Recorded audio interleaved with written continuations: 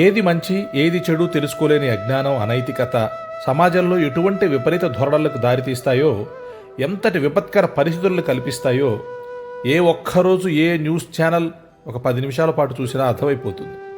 ర్యాంకుల వేటే లక్ష్యంగా సాగే నీటి చదువులు పరిపూర్ణమైన పౌరులను తయారు చేయడంలో విఫలమవుతున్నాయి. ఒక విద్యార్థి పతనమైతే ఆ బాధ్యత గురువులు మరియు తల్లిదండ్రులదే.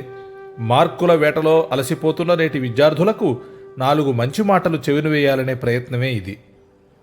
ఈ పద్యాలు ఎంతమంది చదువుతారో తెలియదు, కానీ చదివిన వారు వీటిలో ఉన్న విషయాన్ని తమ పిల్లలకు చెప్పాలని నా ఆశ, ఆకాంక్ష. ఇది కేవలం చీకటిలో ఒక చిరు దీపం వెలిగించే ప్రయత్నం మాత్రమే. విద్యాబోధన ఒక బాధ్యతగా స్వీకరించి నిజాయితీతో కర్తవ్యం నిర్వహించే ఉపాధ్యాయులకు, తమ పిల్లలు ఉన్నత విలువలు పాటించాలని తాపత్రయపడే తల్లిదండ్రులకు, పెద్దల మాట చెవిని పెట్టని చిన్నారులకు నా ఈ పలుకు దివ్యలు అంకితం. పొడిచేటి సాయన్నాచార్యులు.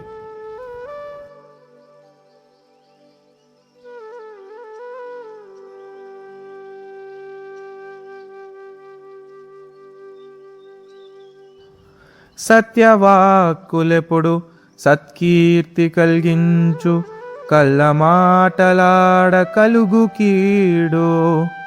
సత్యసూక్తి కాంతి నిత్యమై వెల్గొందు, సత్యమైన బాట సాయి మాట.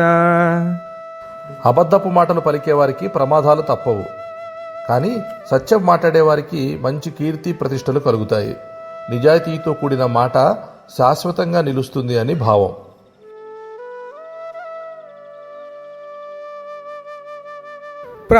ప్రాకులాడరాదు ప్రాప్తము లేఖను, ప్రాప్తమున్న చాలు ఫలము వచ్చు.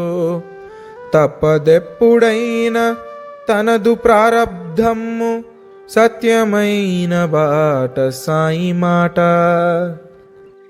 మనకు దక్కని దాని గురించి ఆశపడరాదు. మనకి దక్కాల్సింది వద్దన్నా తప్పకుండా దక్కుతుంది. తప్పించుకోవడానికి వీలులేని అనుభవించాల్సిన కర్మనే ప్రారబ్ధం అంటారు. గత జన్మలో చేసిన కర్మ ఫలితం తప్పక అనుభవించాల్సిందే. తప్పించటం ఎవరి వల్ల కాదు. ప్రాణసఖుడైన ప్రాణాధికుడైన, పుట్టినట్టి ప్రాణి గిట్టె తీరు. దేహముండు వరకే మోహబంధములు, సత్యమైన బాట సాయి మాట. ఒకే ప్రాణంగా మెలిగే భార్యాభర్తలైనా, ప్రాణం కన్నా ఎక్కువగా భావించే కన్నబిడ్డలైనా, ఎవ్వరైనా సరే పుట్టిన ప్రతి ప్రాణి ఏదో ఒకరోజు మరణించి తీరాల్సిందే. ఈ శరీరం ఉన్నంత వరకే ప్రేమానుబంధాలు. జీవుడు ఈ శరీరాన్ని వదిలిన తరువాత ఆ బంధాలన్నీ సమసిపోతాయి. అవనిలోన ఎవ్వరతి భాగ్యవంతులో, దైవ ఘటన తెలియ ఎవరి తరము. అంతులేని జగతి అద్భుతాల వితతి, సత్యమైన బాట సాయి మాట. భగవంతుని సృష్టిలో, ఆ దేవుని సంకల్పంలో ఎవరు అదృష్టవంతులో ఎవరు దురదృష్టవంతులో తెలుసుకోవడం కష్టం. ఈ ప్రపంచం ఆది అంతం తెలియని ఒక అద్భుతాల సమూహం. సృష్టికర్త బ్రహ్మ సృజించ జీవుల, విశ్వపోషకుండు విష్ణుమూర్తి. లయకరుండు హరుడు ప్రణవమీ మూరే, సత్యమైన బాట సాయి మాట. సకల సృష్టి ప్రదాత బ్రహ్మదేవుడు, ఆ సృష్టి పోషకుడు శ్రీ మహావిష్ణువు, ఆ సృష్టిని ప్రళయ సమయంలో తనలో కలుపుకునేవాడు శివుడు. ఈ ముగ్గురు కలిస్తేనే అది ప్రణవమవుతుంది. అదే కదా ఓంకారం.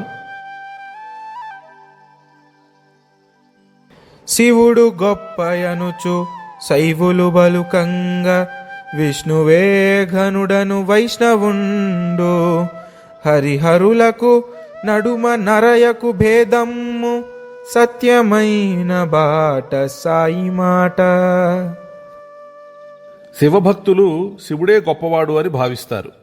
మరి వైష్ణవులు శ్రీ మహావిష్ణువే అత్యంత ఉన్నతుడని వాదిస్తారు. కానీ శివకేశవుల మధ్య ఎటువంటి భేదం లేదు, వారిరువురూ సమానులే.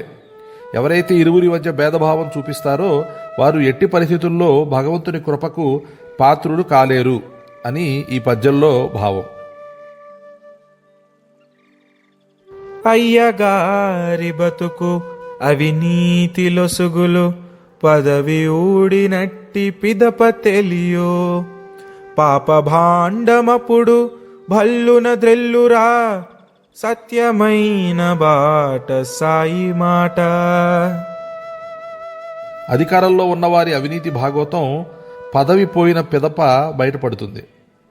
అధికారం ఉన్నంత వరకు ఆ ముసుగులో ఏదో విధంగా తప్పించుకున్నా ఆ అధికారం పోయిన తర్వాత అతని పాప భాండం బద్దలై ఒక్కసారిగా అతని అవినీతి భాగవతం అంతా బయటపడుతుంది.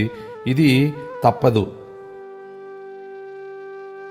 గురువే బ్రహ్మ విష్ణు గురువే మహేశుండు గురువే పరమ బ్రహ్మ గురు తెరింగి గురుని కొలుచువాడే గురు గుణాఢ్యుండగు సత్యమైన బాట సాయి మాట. గురువే బ్రహ్మ విష్ణు మహేశ్వరుడు, వీరి కలయికే పరబ్రహ్మ స్వరూపం అని భావించి గురిని సేవని ఎవరైతే చేస్తారో వాడు గొప్ప గుణవంతుడు అని అర్థం. అరయ సద్గురుండే అంధకారహరుడు మానవులకు జ్ఞాన మార్గదర్శి భవజలదికి నావ భవ్యుడాచార్యుడే సత్యమైన బాట సాయి మాట. ఉన్నతమైన మంచి గురువే మనలోని అజ్ఞానమనే అంధకారాన్ని పారద్రోలి జ్ఞాన మార్గాన్ని చూపించే మహానుభావుడు. ఈ సంసారమనే సముద్రాన్ని దాటించగలిగే నావ వంటివాడే పవిత్రమైన గురుదేవుడు అని కవి భావం.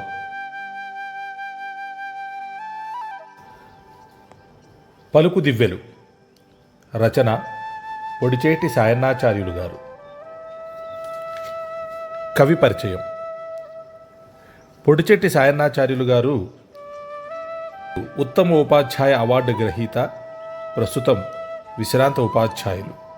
వీరు భద్రాద్రి శ్రీ సీతారామచంద్రస్వామి దేవస్థానం పూర్వ ప్రధానార్చకులు కీర్తిశేషులు శ్రీమాన్ పొడిచేటి వీరరాఘవాచార్యులు మరియు శ్రీమతి నరసమ్మ దంపతులకు 7వ సంతానంగా జన్మించారు. అభినవ మొల్ల చక్రవర్తుల లక్ష్మీ నరసమ్మ గారికి వీరు సోదరుడవటం విశేషం. మహావాగ్గేయకారుడు భద్రాచలం రామదాసు గారు రాముని కైంకర్యం కొరకు ఏర్పరిచిన అర్చక వంశానికి చెందినవారగుట మరో విశేషం. ఇంతటి అదృష్టవంతులు, ప్రతిభావంతులు, సృజనాత్మకులు అయిన శ్రీ సాయన్నాచార్యులు గారు జన్మస్థలమైన భద్రాచలంలోనే విద్యాభ్యాసం కొనసాగించారు. విద్యార్థి దశలో ఉన్నప్పుడే తల్లిదండ్రులు, తోబుట్టువులు, చుట్టుపక్కల వారి సహచర్యంలో భద్రాద్రి రాముని పట్ల భక్తిభావం, కవితా వ్యాసంగం పట్ల ఆసక్తి, సాంస్కృతిక కళల పట్ల అభిరుచిని ఏర్పరచుకున్నారు.